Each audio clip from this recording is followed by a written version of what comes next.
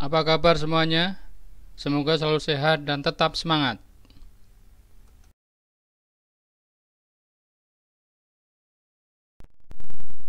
Pada kesempatan ini, saya akan menjelaskan penerapan sifat koligatif dalam kehidupan sehari-hari.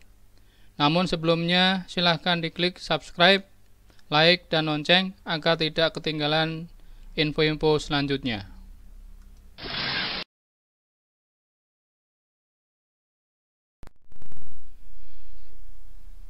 Sifat koligatif banyak ditemukan dalam berbagai bidang, baik bidang kehidupan sehari-hari, bidang industri maupun bidang kesehatan.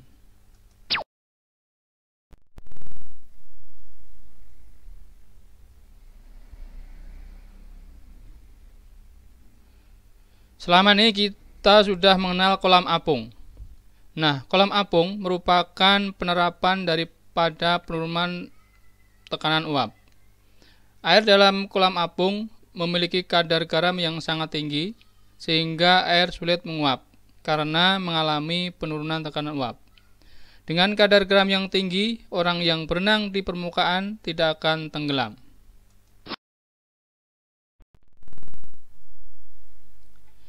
Desain kolam apung sebenarnya meniru kondisi laut mati.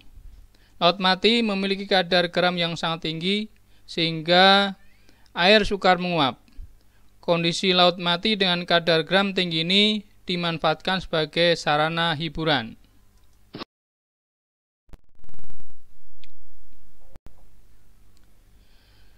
Dalam bidang penelitian, pemanfaatan penurunan tekanan uap digunakan untuk memurnikan benzena dari toluena, di mana memanfaatkan perbedaan tekanan uap.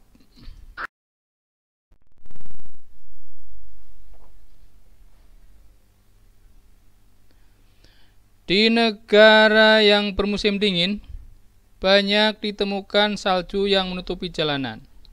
Jalan yang bersalju tersebut dapat menyebabkan roda mobil tergelincir karena licin.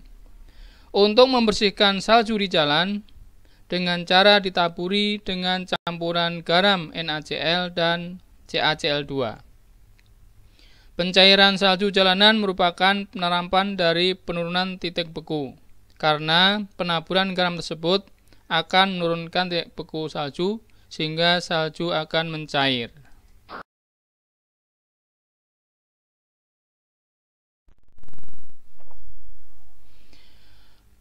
Penerapan lain dari penurunan titik beku adalah pembuatan es puter.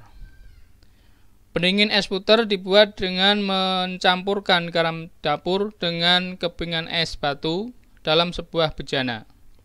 Es batu akan mencair, sedangkan suhu dalam bejana turun sehingga es puter tetap beku.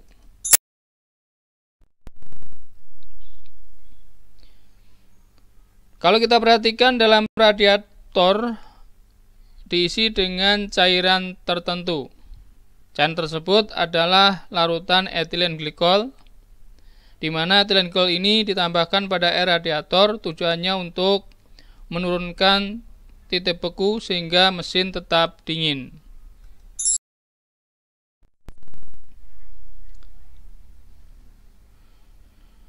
Di pabrik pengolahan minyak kelapa, garam-garaman atau vitamin E ditambahkan pada minyak tersebut. Tujuannya adalah agar terjadi penurunan titik beku sehingga minyak tidak akan membeku.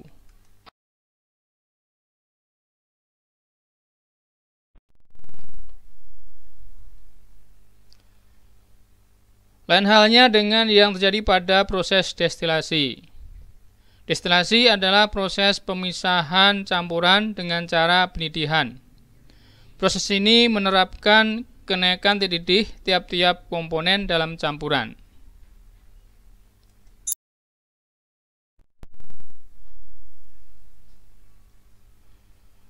Nah, contoh lain yang mudah kita amati adalah ketika sedang memasak. Memasak merupakan penerapan daripada kenaikan titik didih larutan.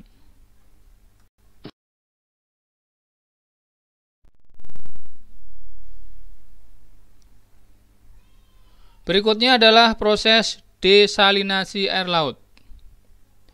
Desalinasi air laut merupakan penerapan dari tekanan osmosis. Desalinasi adalah proses mengubah air laut menjadi air tawar. Untuk mengubah air laut menjadi air tawar menggunakan prinsip osmotik balik. Osmosis balik terjadi ketika pada larutan diberikan tekanan yang lebih besar daripada tekanan osmotiknya.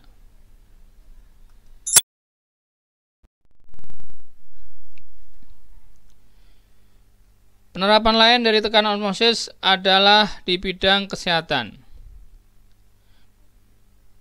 Prinsip tekanan osmosis dimanfaatkan untuk mengontrol bentuk sel agar dalam keadaan isotonik.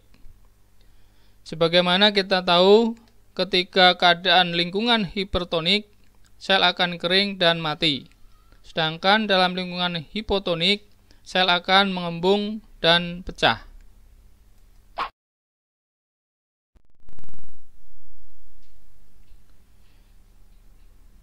Nah, pada akar tanaman terjadi penyerapan air dari dalam tanah. Proses penyerapan air pada akar ini melewati dinding sel yang bersifat semi-permeable. Jadi, penyerapan air oleh akar sama prinsipnya dengan tekanan osmosis. Prinsip osmosis yang lain adalah ketika seorang pasien diberikan cairan infus. Cairan infus harus isotonik dengan tekanan darah pasien agar dapat masuk dalam aliran darah pasien.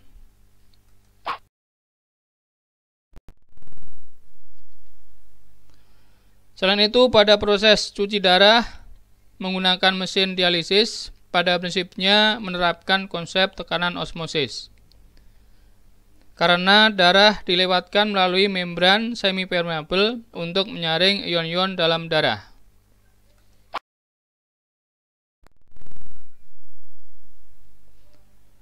Dan masih banyak lagi penerapan sifat kualitatif dalam kehidupan sehari-hari, termasuk diantaranya adalah untuk membunuh lintah atau juga untuk mengawetkan makanan dengan garam merupakan aplikasi dari tekanan osmosis.